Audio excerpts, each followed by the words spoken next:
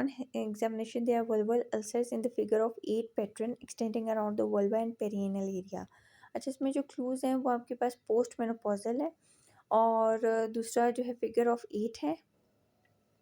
तो जब figure of 8 हो, फिशरिंग हो, नैरोइंग हो, विजाना स्पेयर्ड हो, म्यूकोजल सरफेसेस स्पेयर्ड हो गए हों और वाइट या सिल्वरी लाइंस हों, इस तरह के वर्ड यूज़ हो रहे हो तो ये लाइकन स्क्लेरोसिस है। A woman who had bilateral ovarian tumor underwent staging laparotomy after neoadjuvant chemotherapy. Metastatic deposits were seen on bladder peritoneum. What is the cancer stage? तो ये जब ब्लैडर पेरिटोनियम पे आपके पास आ जाती है तो ये देखें, ये बाउल या ब्लैडर, तो stage 2B cancer has spread to the bowel और ब्लैडर, तो ये 2B होगी। इसके अलावा इसको भी आप याद करें, अगर ऑन लेवर आ जाए या ऑन स्प्लीन आ जाए तो आपने 3C होगा, अगर इन लेवर या इन स्प्लीन हो जाए इनसाइड द पेरेन्काइमा तो 4B, मेट्स ऑफ बाउल और ब्लैडर हो तो 4B, अगर प्लूरल फ्लूइड का इन्वॉल्व करी हो तो वो 4A, ascitic fluid 1C3, momentum more than 2 centimetre 3C और micro retroperitoneal lymph node 3A1। ये सारे क्वेश्चन आ सकते हैं, ठीक है ना, और आए भी हैं, रिपीट है। A pregnant lady having copper T in situ presented at 6 weeks of gestation with acute lower abdominal pain and PV spotting. The investigation to confirm ectopic pregnancy is, तो ectopic pregnancy के लिए जो first line या gold standard है वो आपका TVS है, TVS ultrasound, ठीक है ना। Vision 2022 by International Agency for Prevention of Blindness focus on which target? तो विजन 2020 जो है ये फोकस करता है on the causes of avoidable blindness, और अवॉइडेबल ब्लाइंडनेस क्या है, that could reasonably be prevented और cured within the limits of resources, ठीक है, जैसे कि cataract. 25-year-old nulliparous lady who is diagnosed with von Willebrand disease came with menorrhagia. She was taking factor concentrate since 2 years. What will you prescribe? तो आप इसको, क्योंकि she is presented with मेनोरेगिया, तो इसके लिए आप क्या देंगी, ओसीपीज। ओसीपीज क्या करते हैं, वॉन ब्लड फैक्टर को और फैक्टर 8 लेवल को ज़्यादा करते हैं, जिसकी वजह से मेंस्ट्रुअल ब्लड लॉस कम होता है, और वैसे भी रेगुलाइज करते हैं पीरियड्स को, ठीक है। तो हार्मोनल कॉन्ट्रासेप्शन जिसमें ओसीपीज ये बेहतर है। अगर प्रेगनेंसी में आ जाए तो फिर आपने उससे पूछें तो फिर आपने उसे DDA डेस्मोप्रेसिन देना है, जो कि सिंथेटिक वेजोप्रेसिन है, ठीक है। और ये टाइप 1 और टाइप 2 में आप दे सकते हैं, लेकिन 2B और 3 में नहीं देंगे, और प्री क्लैम्शिया आर्टेरियल डिजीज़ में ये कॉन्ट्राइंडिकेटेड है डेस्मोप्रेसिन। और अगर जिन कंडीशंस में डेस्मोप्रेसिन कॉन्ट्राइंडिकेटेड है फिर आप फैक्टर 8 कंसेंट्रेट देंगे। 44-year-old lady came with irregular vaginal bleeding. Pap smear was done for a back and showed inflammatory cells. On speculum examination, there is suspicious looking cervix that bleed to touch. What is the best investigation? So cervix that is bleed to touch, maybe it is an ectropion or maybe it's an malignancy. तो confirm करने के लिए आप biopsy और colposcopic biopsy करेंगे, ठीक है।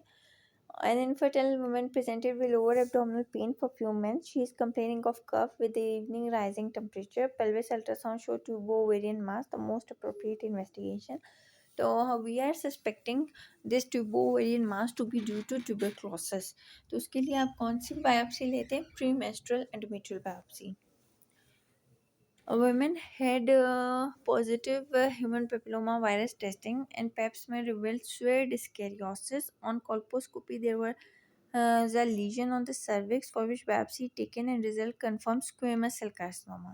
अब आपके पास सर्वाइकल स्क्वेमस सेल कार्सिनोमा आ गया, तो इसके लिए आप क्या करते हैं, फर्स्ट स्टेप होगा तो इनिशियल तो एग्जामिनेशन अंडर एनेस्थीसिया, और बेस्ट अगर देखें तो इसमें आपके पास बी बेहतर है, examination under anaesthesia plus MRI pelvis plus CT chest and abdomen, ठीक है, it is the best one. इसको करेक्ट कर लें।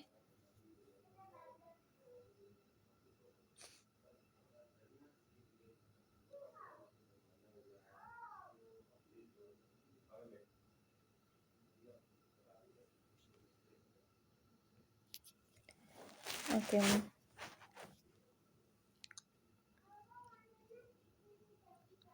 16-year-old girl is brought to you for evaluation of primary amenorrhea. She has normal breast development with absent pubic hair and blind and vagina. Ultrasound show absence of uterus. Most relevant investigation to reach the final diagnosis.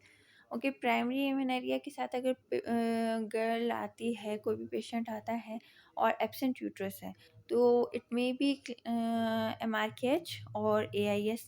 लेकिन इन दोनों में differentiate हम कैसे करते हैं? उनके karyotype के basis पे। एम आर के एच में एक्स एक्स कैरियोटाइप है और ए आई एस में जो है एक्स वाई है।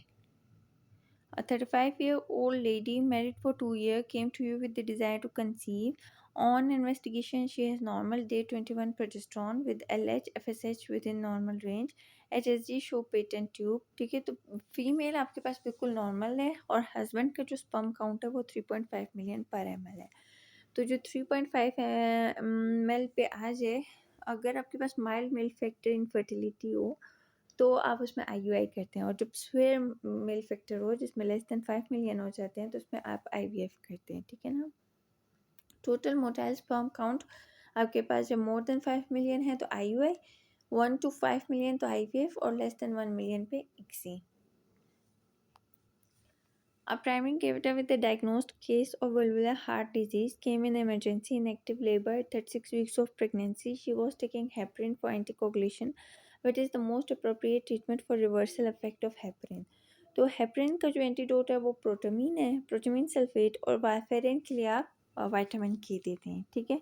और एक क्वेश्चन हेपरिन और वारफेरिन में ये भी आता है कि हेपरिन किसको अफेक्ट करता है? इंट्रिंसिक पाथवे को, और वारफेरिन एक्सट्रिंसिक पाथवे को। दूसरा क्वेश्चन ये आता है कि मॉनिटरिंग के लिए आप क्या यूज़ करेंगे? तो हेपरिन के मॉनिटरिंग के लिए आप एपीटीटी यूज़ देखते हैं और वारफेरिन के लिए पीटी को। ठीक है, तो ये 3 क्वेश्चंस आते हैं। हेपरिन का आईवी और सबक्यूटेनियस रूट है, जबकि वारफेरिन ओरल है। और एक वारफेरिन एम्ब्रियोपैथी का सवाल आता है, उसके फीचर्स याद कर ले। A young lady came in emergency with history of sexual assault. Her pregnancy test is negative. Which antibiotic prophylaxis do you recommend for chlamydia? ठीक है, chlamydia के लिए आप डॉक्सीसाइक्लिन